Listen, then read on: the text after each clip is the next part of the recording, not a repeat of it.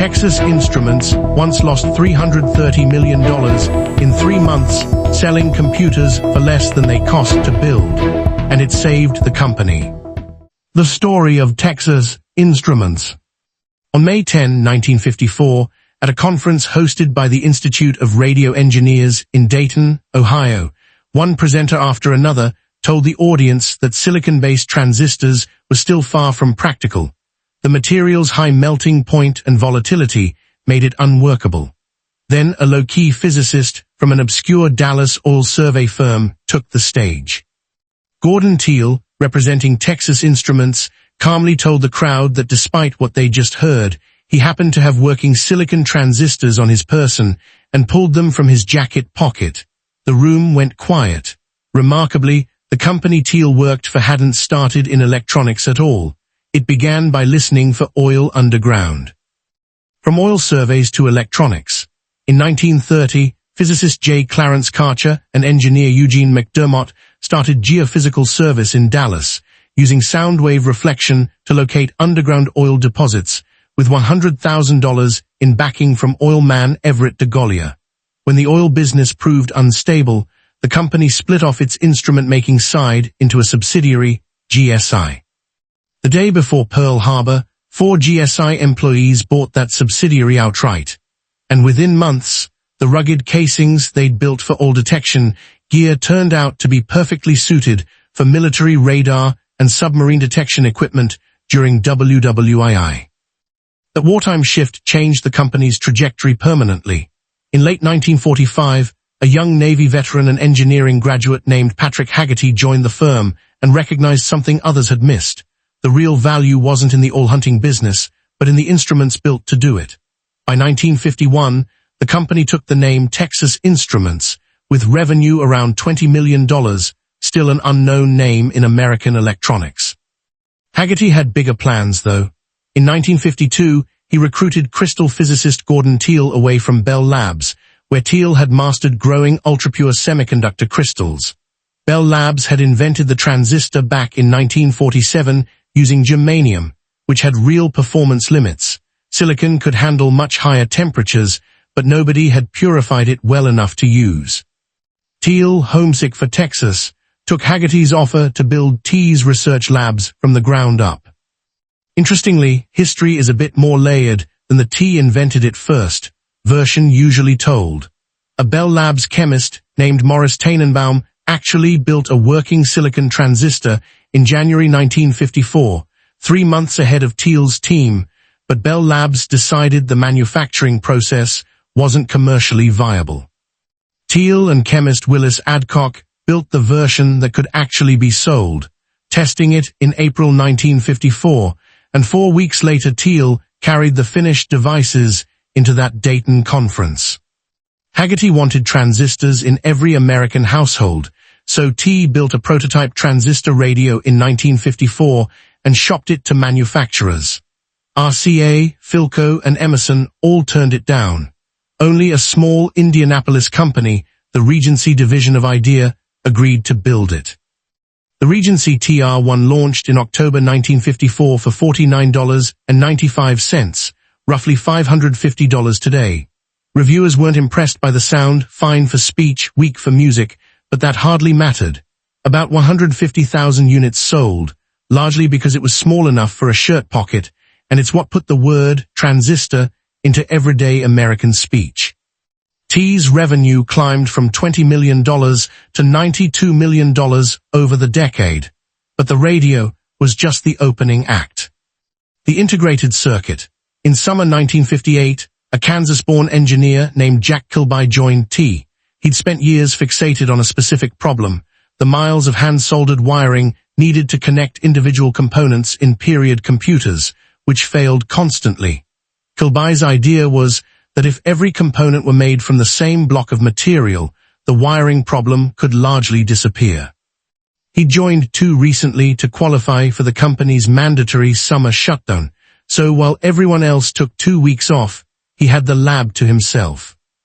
When colleagues returned on September 12, 1958, Kilby showed them what he'd assembled, a crude-looking assembly of germanium, gold wire, and aluminum holding a transistor, capacitor, and 3 resistors on one sliver of semiconductor, something later described as looking like a failed art project.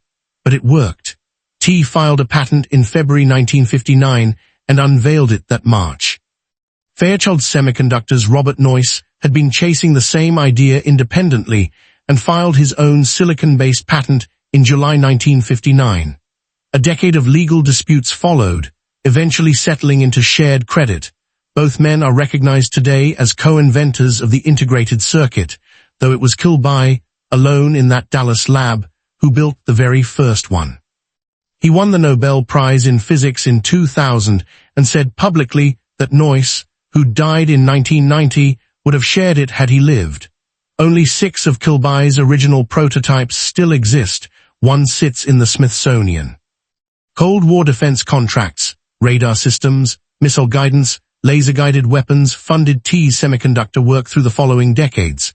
Then Haggerty pushed Kilby toward a new goal, a consumer product built around integrated circuits, the way the Regency radio had showcased transistors.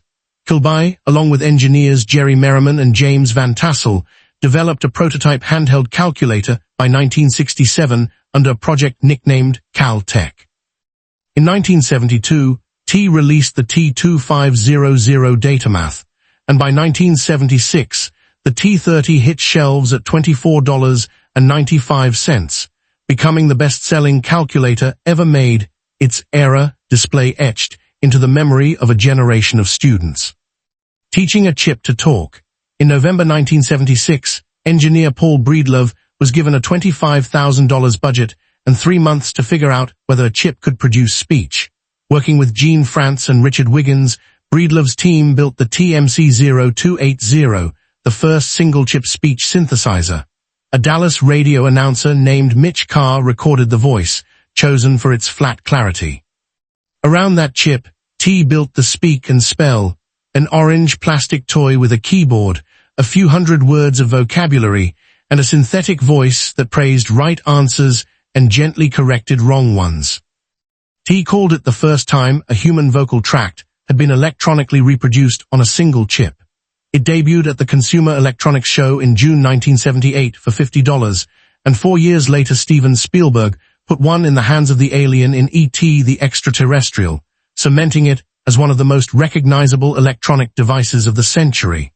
The same speech chip found its way into arcade cabinets and even some Chrysler vehicles. Near collapse, in 1979, T released the T99-4, a 16-bit home computer bundled with a color monitor for $1,150, and unknowingly planted the seed of the company's worst crisis. Commodore's head, Jack Tramiel, hadn't forgotten that T had once undercut Commodore's calculator prices badly enough to nearly sink it. In response, Tramiel had acquired MOS Technology, maker of the 6502 chip, giving Commodore control over its own silicon supply. When the early 80s home computer boom hit, Tramiel turned that leverage against T. The T99-4A launched at $525 in mid-1981. Commodore cut the VIC-20's price, T matched, Commodore cut again.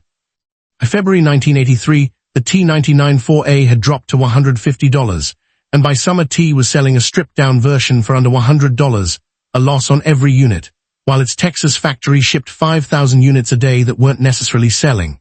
There are 2 ways to read T's decision to keep fighting, as overconfidence in volume or as a structural disadvantage, since Commodore controlled its own chip costs and could always undercut T. Both are probably true. The reckoning came in the third quarter of 1983, a $330 million loss, almost entirely from the computer division.